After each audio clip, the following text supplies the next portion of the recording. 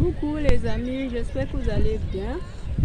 Aujourd'hui, nous allons continuer avec mon histoire. Vous le savez, je vous l'avais déjà dit la semaine dernière que Maître Martine avait déjà fait une demande d'appel. Alors le jour J est arrivé, je suis allée plus tôt qu'avant. Je suis arrivée devant le tribunal à 8 heures. Les portes étaient encore fermées, mais j'ai attendu. J'ai attendu parce que j'étais d'ailleurs contente d'y arriver plus tôt pour qu'on ne me dise pas que tu es arrivé quand c'est déjà passé comme la fois dernière. Donc je suis restée devant la porte et les portes se sont ouvertes devant moi. Je suis entrée, je suis restée assise, tranquille et quelques 10 minutes après, j'aperçois Maître Martine et un instant, j'aperçois aussi le monsieur et on est resté un tout petit peu et Maître est venu me prévenir que nous sommes les premières personnes à passer devant le juge. Et alors, quand elle s'est levée pour s'avancer, nous y sommes, on l'a suivi.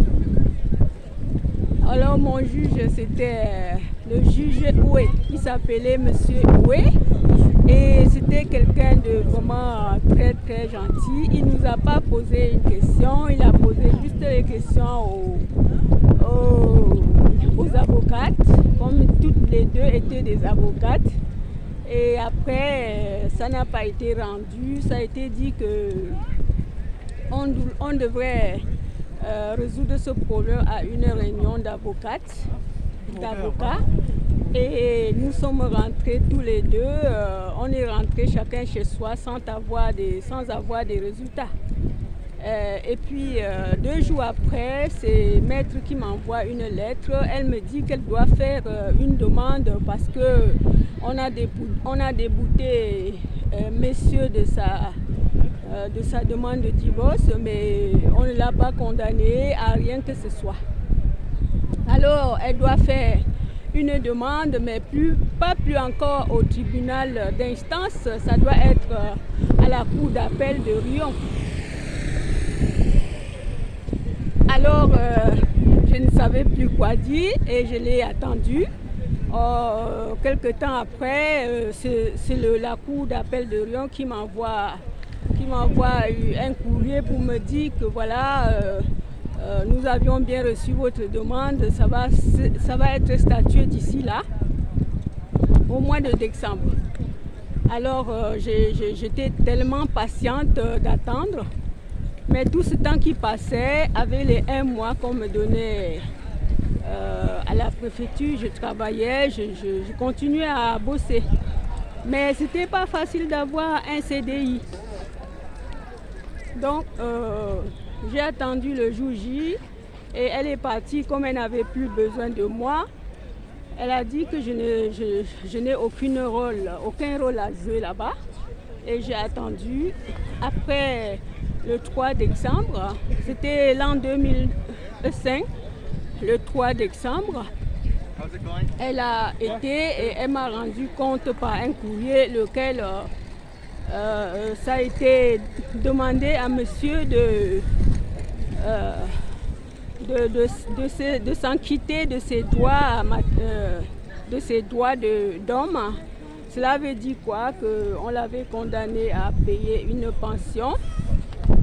Mais je ne savais pas quelle pension. Et après, l'avocate, Maître Martine, m'explique que le fait que le monsieur avait reconnu mon fils Christian, qui devait payer cette pension, c'était pour Christian. Alors, j'ai lu cette lettre. Comme sans vous dire, il ne faut pas beaucoup parler quand quelque chose vient d'arriver. J'avais dit qu'il y avait le racisme, il y avait, on a donné tous les torts à moi, mais c'était juste parce qu'on ne voulait pas lui donner tort.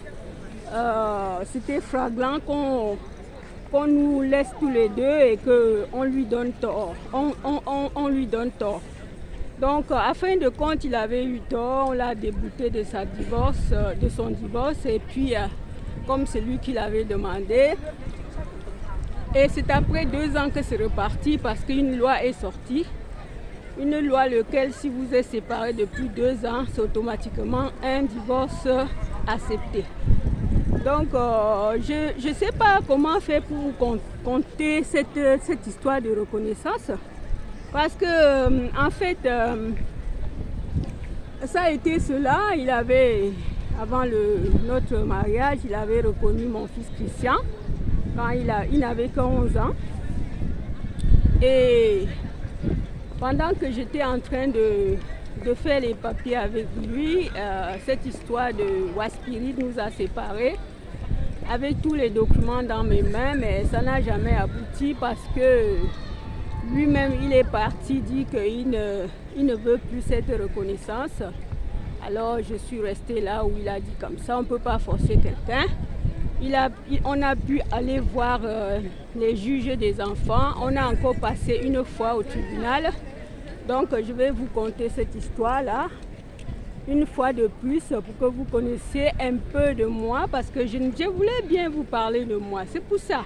Donc, on a été encore voir les juges des enfants. Il y avait une procédure à suivre avec des avocats encore qui est passée au juge des enfants.